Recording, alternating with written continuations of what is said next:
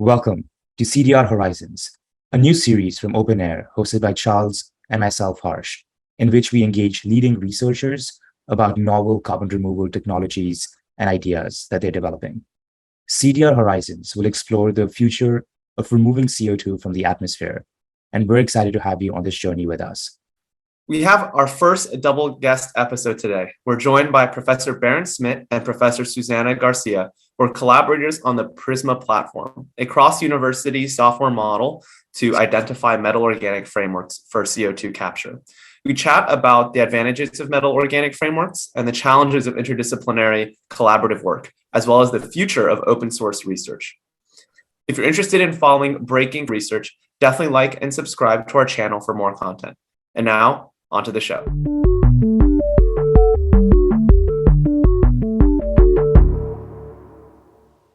Hello, everyone. It's my pleasure to be here today to speak to you about how to find the best material to capture CO2.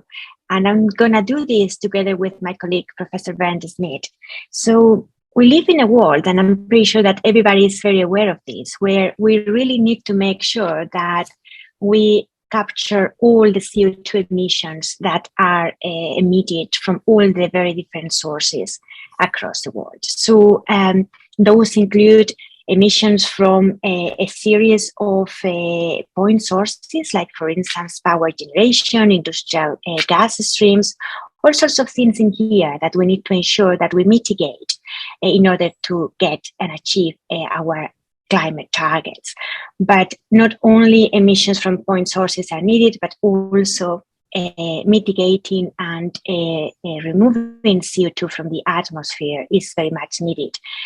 So removing CO2 from the air is also something that as a community we need to make sure we do in order to, again, make sure we decarbonize our energy systems. So as you can see here then, this is the sort of the big task that we all have, how to decarbonize our energy systems, all our different CO2 emitters, and also we will have to do something with that carbon dioxide, right? So depending on many different factors, for instance, where you are based geographically, and so on and so forth, your CO2 will be sent to what we call a different CO2 sink. What that means is that you can be located in a place where sending your CO2 for underground storage is the best solution, or you instead might want to just make sure you utilize that CO2 and you incorporate that into some sort of fuel or chemical product.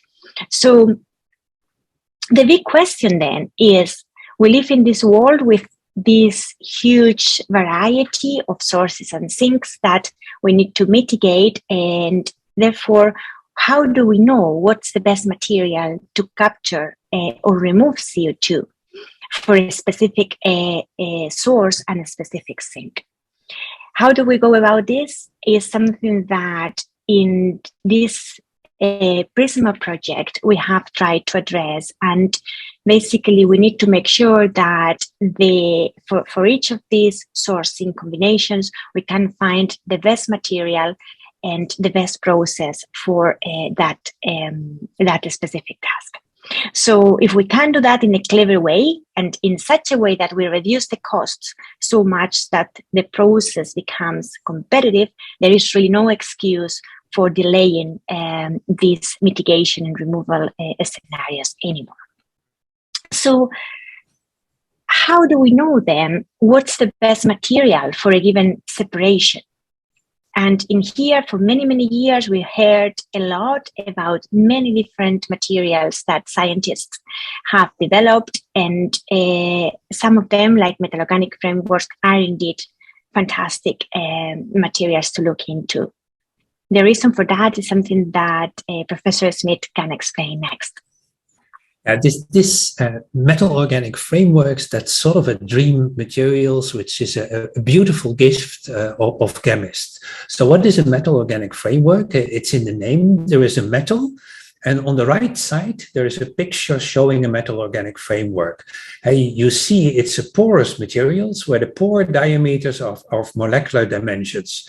And these materials have the world record of surface area, which you exactly need to capture these gas molecules, the CO2. And what is now the beauty of these materials? With modern chemistry, we can tailor make this material. We can change the metal. We can put iron in there, magnesium, calcium, zinc, copper, everything you can imagine. We can change the linker, and there are some examples here, and we can change the pore topology. In short, chemists can make millions of possible materials, but then the question is, which material Susana wants to have to capture CO2 from a source and to put the CO2 in a certain sink.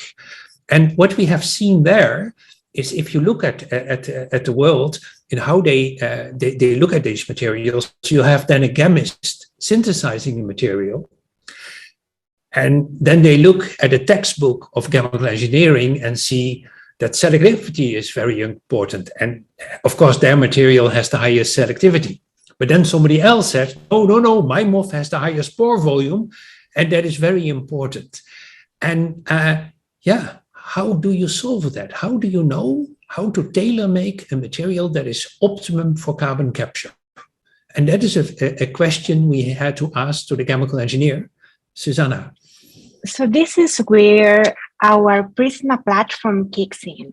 And this was really a vision we had 3 years ago. And basically, we came together as a community and as a community of researchers working on many different fields. Because indeed, you need to cleverly decide how you are going to look at this decision, but considering all the different aspects that you need to consider when it comes to deploying those materials in the real world at the scale that is needed to indeed make a change or make an impact on our climate. So what you see here in this slide is how the PrISMa platform looks like. So the goal of the platform is very clear and is to tailor-make cost-efficient carbon capture solutions for a range of different CO2 sources and CO2 use and destinations. So this project is about screening materials. So we've got databases of hundreds of thousands of those beautiful materials that Berend has described, and we want to understand what are the best performers for a given separation. What that means is what are the best performers for a given CO2 source and a given CO2 sink. How do we look at the problem then? So we look at the problem from a top down. So what you see here on this schematic on the right-hand side are all the different layers that are embedded in our PrISMa platform. So we've got 4 main layers that are required in order to solve or to answer that question of what's the best material and the best process for a given application. And these layers incorporate life cycle assessment, techno-economic analysis, process evaluation, and of course, the layer that is related to all the aspects that have to do with the material. So we have very specific goals for each of those layers. So, of course, we have goals from the environmental perspective, and that's why a life cycle analysis needs to be embedded in the platform, because we want to make sure that at the end of the day, we reduce climate change over the entire life cycle of the process and the material. We want to, of course, incorporate environmental impacts other than climate change, and we want to make sure that we provide environmentally benign carbon capture solutions. That's very important at the high level. And what happens next? Of course, the process needs to be cost competitive, right? We need to make it cheap. So therefore, we need to have a techno-economic perspective embedded in the platform. We need to ensure that we can reduce the carbon capture costs. We need to be able to analyze the viability, the technical viability of the solution.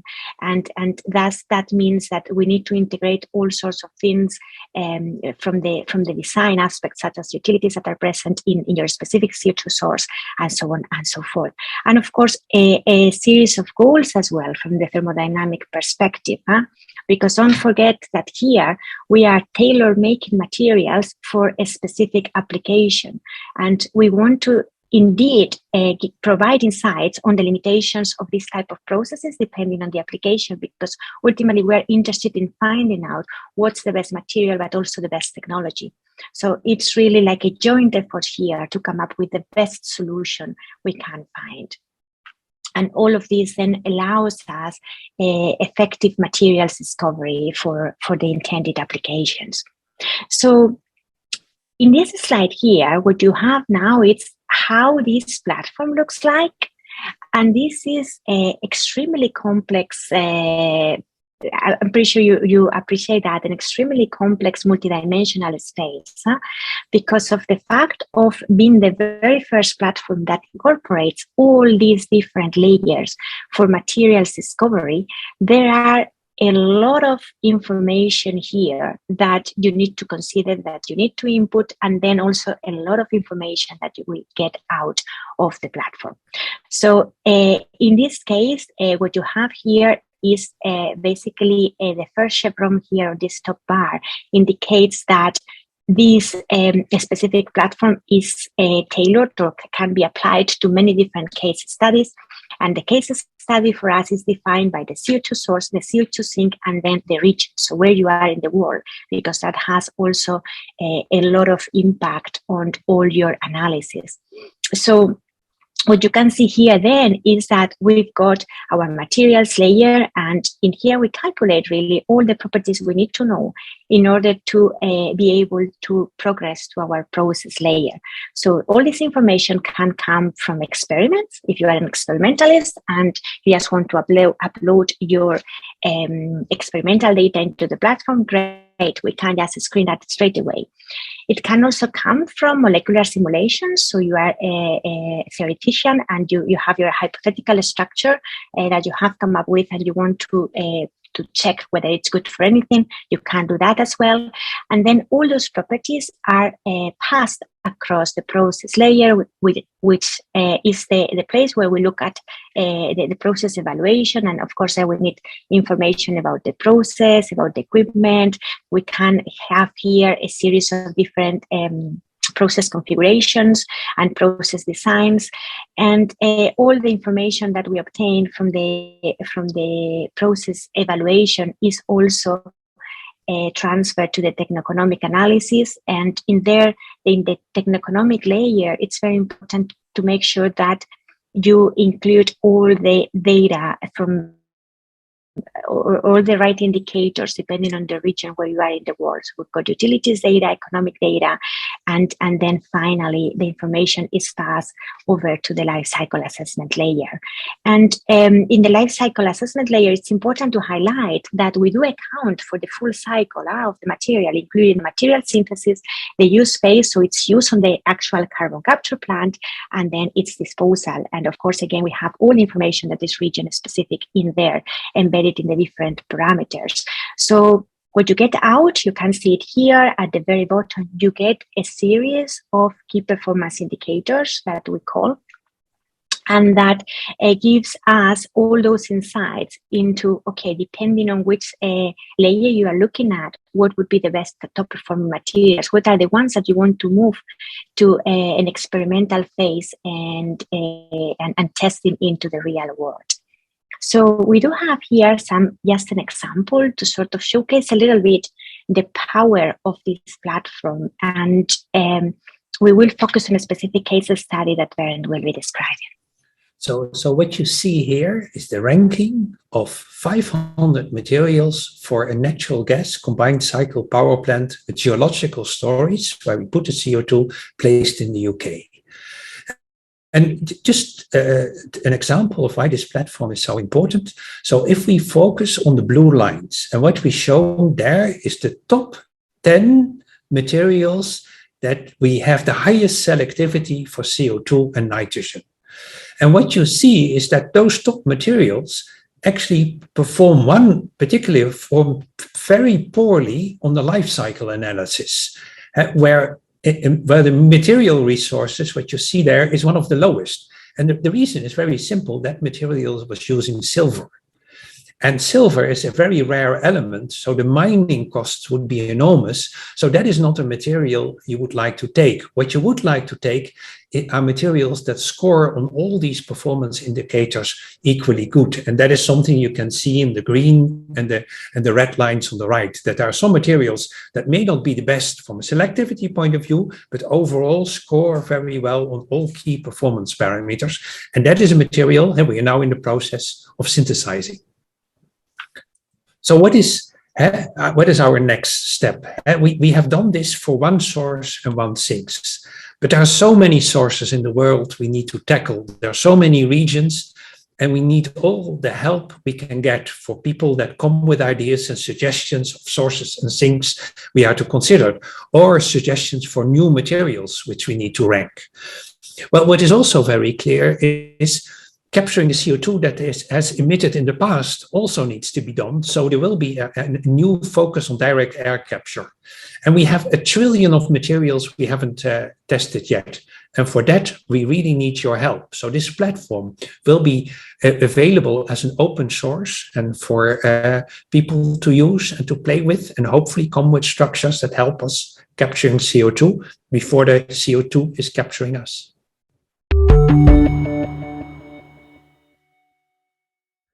Thank you so much for that amazing presentation. I think the one thing we always like to do with our guests to start off is get a sense of how did you get interested in this topic and what has your journey been till here? Well, I can answer that, Harsh. And basically, I'm a process engineer, a chemical engineer.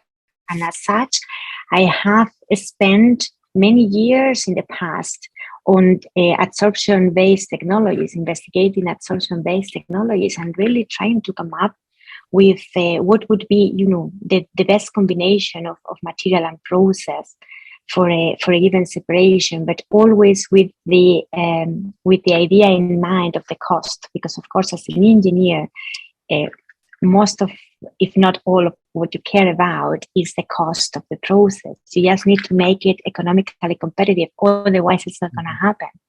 So as process engineers, what we normally do is basically we just take an off-the-shelf material and we plug that into our process models. We do all sorts of clever optimizations, all sorts of things to make sure that we can reduce the cost as much as possible. But that really doesn't incorporate all the fascinating flexibility that materials, when it comes to materials discovery, gives you in terms of materials properties and all the potential of exploiting that synergistic effect between the materials and the processes.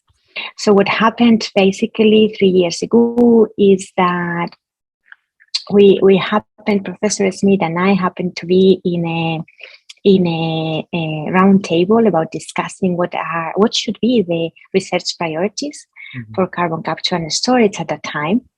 And this was identified, this basically lack of communication between material scientists and process engineers came really very high in the list as one of the main knowledge gaps that needed to be addressed by the community if we wanted to really make sure that all those new fantastic and fancy materials with all that potential would make it to the market.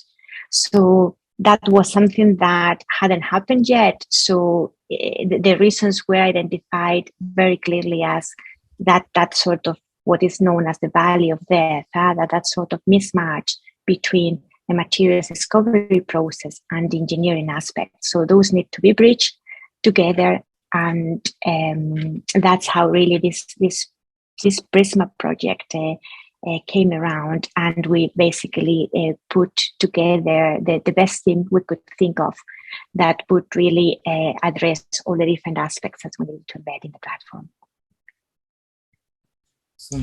So my story is slightly different because, so when I started to work on computational chemistry, which is my background, I always got a question from my mom asking, is this any good what you're doing for society? So when I was in this meeting talking with Susana, I sort of realized that was a unique opportunity that a real chemical engineer was interested in looking seriously at the materials we looked at a more computational level and make something use of it. So I could go to my mom and say, look, I'm now doing something useful. I'm trying to save the planet. And she was really proud of me. And that was really my motivation. Wow, that's amazing. And it's so great that the conference brought all of you together and created this coalition. Yeah, can we hear more about this conference that kind of kicked this all off? Like what was it? And how did they get it was together? a mission innovation.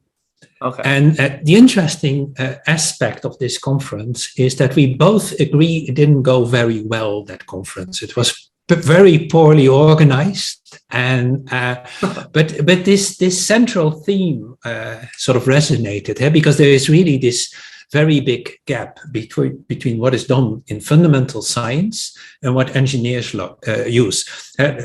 I'm jokingly saying, since my task is to lower the TRL level of Susana, because what I'm doing is negative, and she is on the high TRL level. So if we add the things, it is actually moving up a little bit.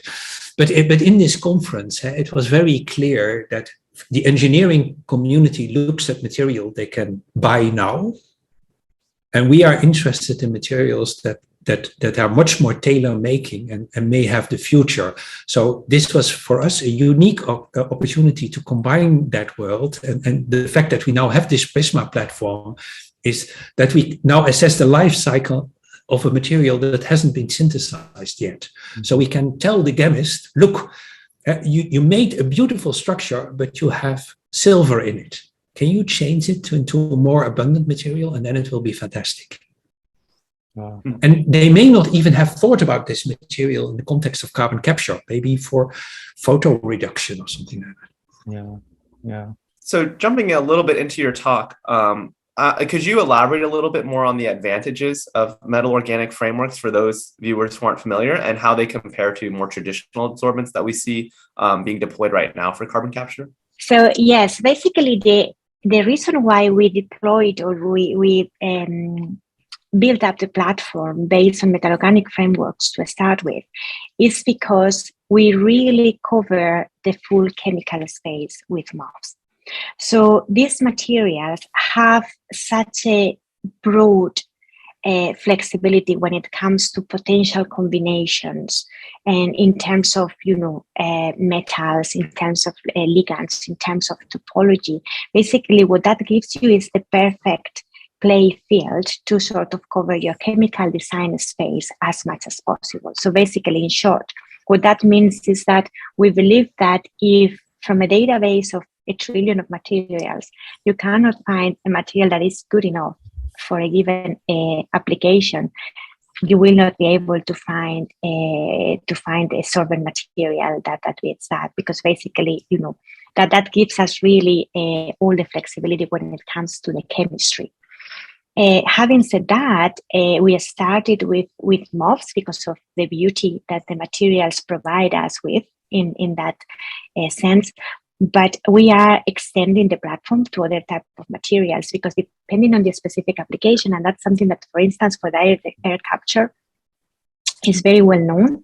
You need to remove CO2 from a very diluted gas stream. So the concentration of CO2 in the air is 400 ppm. That's very, very tiny. So then what that means is that you need to have something in your material that attracts that CO2 very strongly, that binds it very strongly. Otherwise, you will not be doing a good job. So then there might be then interesting materials that do that, and that could also be of interest other than MOFs, because again, it's not only about the material properties in the platform, but there are other aspects, such as, for instance, the durability of your material. So all of these are cyclic processes. What that means is that you will keep reusing your sorbent material. You will not just use it one-off and get rid of it and put more into your reactor. You need to be able to recycle for as long as possible. So what that means is that all those aspects need to be included as well as the cost. So then, there are very cheap materials out there. So that cost cost-wise might be very attractive, but they suffer from other things. So then the possibility that the platform gives us is precisely that, to look at all these different aspects, all those different type of materials with all these different processes, and identify what's the combination that works best for your particular application. Yeah, and the other advantage is that, as Susana was mentioning, there are 1 trillion possible MOFs. Can you then identify what is the characteristics of a top-performing material? And if we know that, we can go to a chemist and say, can you make something like this cheaply? Or another thing that can happen, that if we, with this trillion material, we cannot find a material that performs better than, say, a solvent, we don't have to make it. We don't even need to try. So there is enormous potential of this platform. Mm. Yeah, no, that's really interesting to hear about. And I know there's been a lot of excitement around metal organic frameworks in the chemistry community. I'm curious if you could talk about so you all have this PrISMa platform. What are some of the challenges of maintaining like a software stack or a software model in academia? And also I'd be really curious to hear like your inside scoop on the challenges of doing, this large interdisciplinary cross-university collaboration. How has that been, and how are you all facing these challenges that I think academia oftentimes struggle with sometimes? Yeah, we really have programs that go for density functional theory at the quantum level, electronic structure, molecular simulations, process simulations, life cycle analysis. And you cannot imagine how different the language is with which those people talk. And it took us 2 years before we developed this common understanding that everybody in the different layers could talk with each other. So that's an enormous challenge.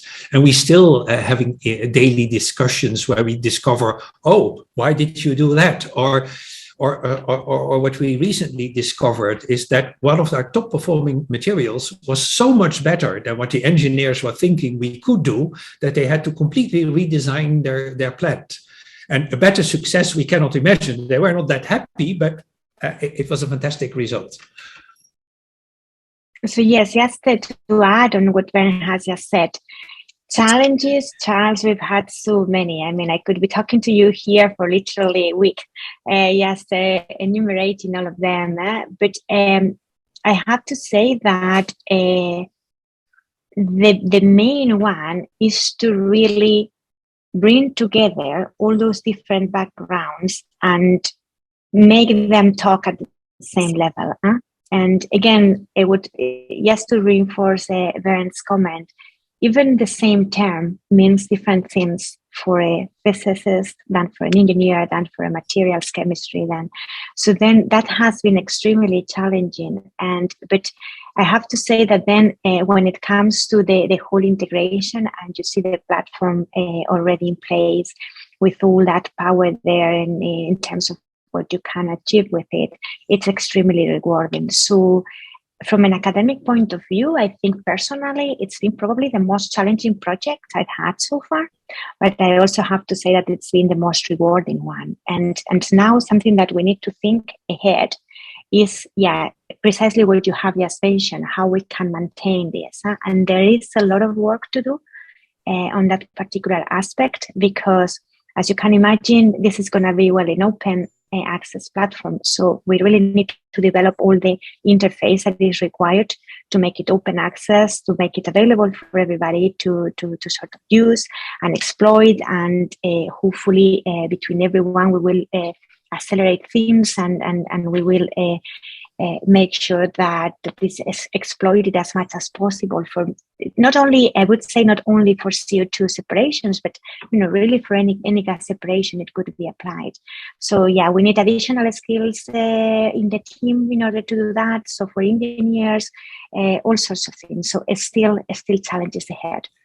And the other thing is the way it's designed is we really hope that people get inspired by this idea and think about, we have maybe a brewery that produces CO2, we have a need for CO2 somewhere close by. How do we match? Can we make a module that we use the PrISMa platform to screen for technologies and materials for that particular application?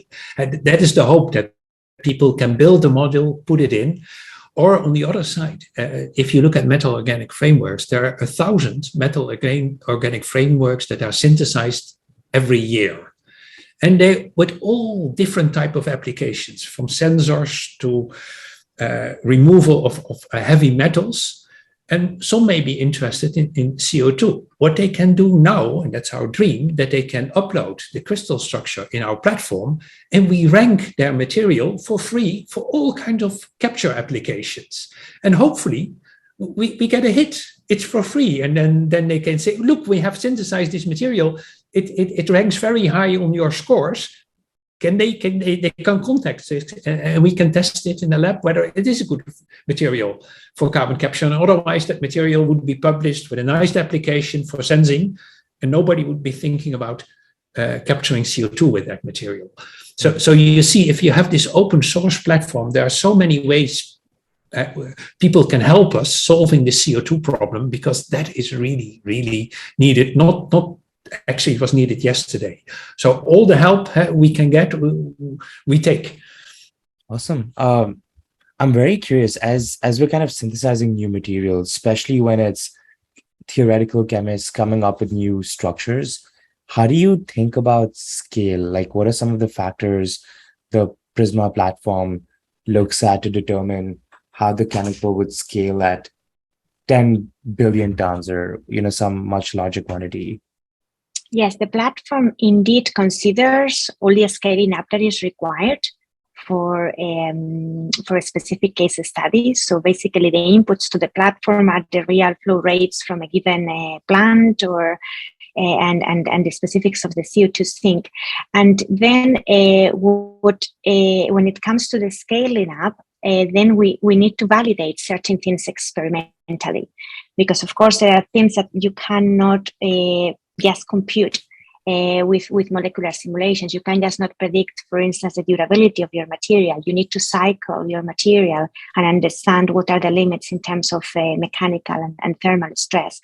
And all of that is something that we do in the lab. So we experimentally, validate the outcomes from the platform, and all that information that comes from, our dynamic studies, all our experimental testing feeds back into the platform to validate the models and improve them. So we are very aware of all the challenges when it comes to scaling up the material. Also, that gets translated into the different designs that we have incorporated in the process layer. So at the moment, we are looking into a fixed bed type of design. What that means in simple terms is that you have your reactor, which is basically like a tube, and then you put in there your material. But you wouldn't use powder for that. You need to structure to shape your material, because otherwise the process suffers tremendously from all sorts of things like pressure drop, etc. So the way, for instance, you structure your material also plays a role in its performance. So we also look at what are the different structure forms that material can pick up. What's the implications of that shaping into the process performance, and so on.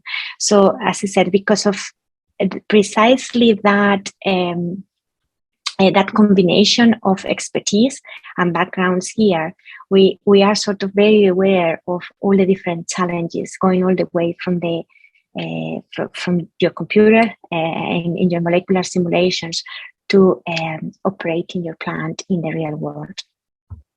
Wow. Yeah. I think that's very interesting. And I know there's a lot of chemistry, like material discovery platforms, and it seems like scale is one of the big questions that, just looking at things like abundance, as you mentioned, right? It's just great proxies for at least getting an initial sense of how the economics might play out.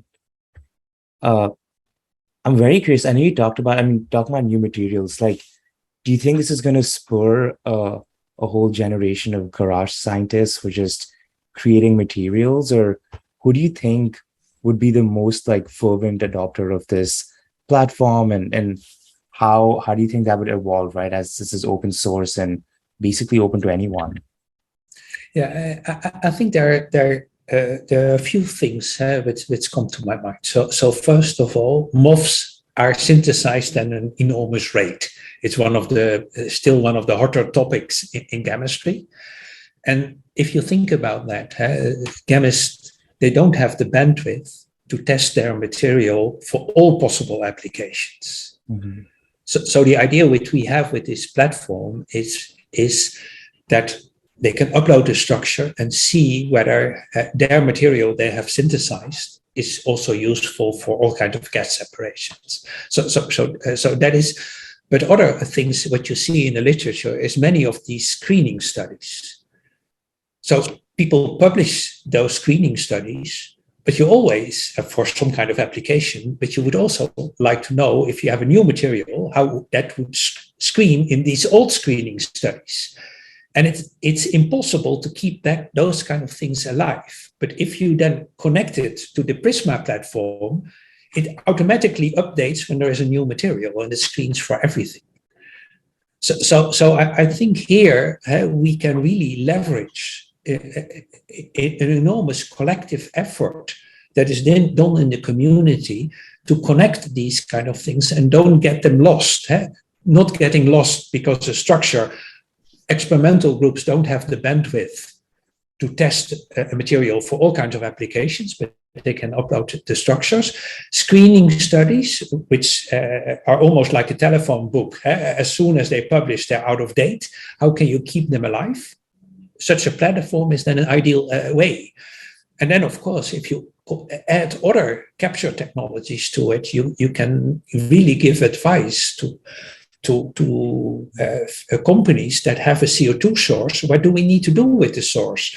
And this kind of thinking is extremely important if we want to go to net zero, because what we want to do is we want to provide the optimum solution for this CO2 problem. And that really needs to be tackled in this net zero world.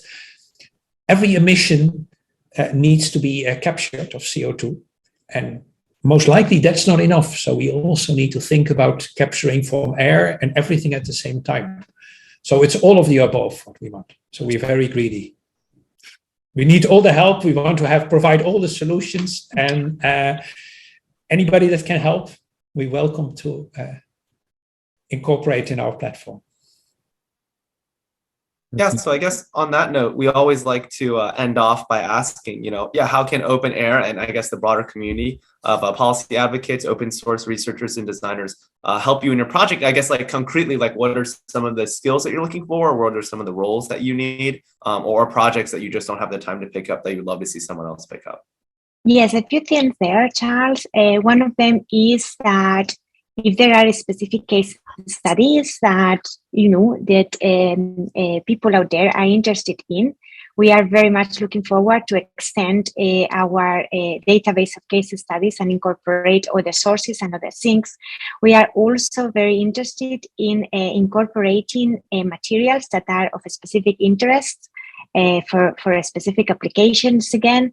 And we also have we would also welcome any help from, as I've mentioned, software developers, software engineers, people with expertise on sort of interfacing all of this with the, with the users. How to make it accessible in the best possible way and in the most user-friendly way, because ultimately the success, my personal opinion is that the success of the platform will be determined by its usage. So we are really just interested in, the community making use of it, making it better, and between all of us, then that will be the aim. Yeah, and a trillion possible materials is a lot of work. So if there can be some community effort that help us evaluating all those materials, because we trying to use data science techniques and those kind of things, but helping us in generating data for those structures, that are also possibilities. And the other thing that would be interesting, this is an extremely important topic where maybe high schools in chemistry projects would like to be involved to testing a few things. Some of these materials are not that difficult to make, so they may be able to evaluate or do the in silico evaluations. All the software is there to be used, and we might be able to team up with some resources that can provide the software of the computer type for those type of projects. So there are enormous possibilities for those that are interested in it. But yes, it requires the help of creating these modules and making these things possible. Well, that's great to hear. We'll definitely put the call out. Sounds like there's plenty of opportunities to help out in this effort, which is really awesome to see. Thank you so much for taking the time. This was really, really amazing. And I think, we're excited to see the platform grow and the usage grow. Thanks so much for having us. It's been a pleasure. Thank you very much. And it's really important, the effort you do for creating this awareness and asking people for help, because it is true, it's such an important problem, and we need all the help we can get, and every contribution helps to a solution.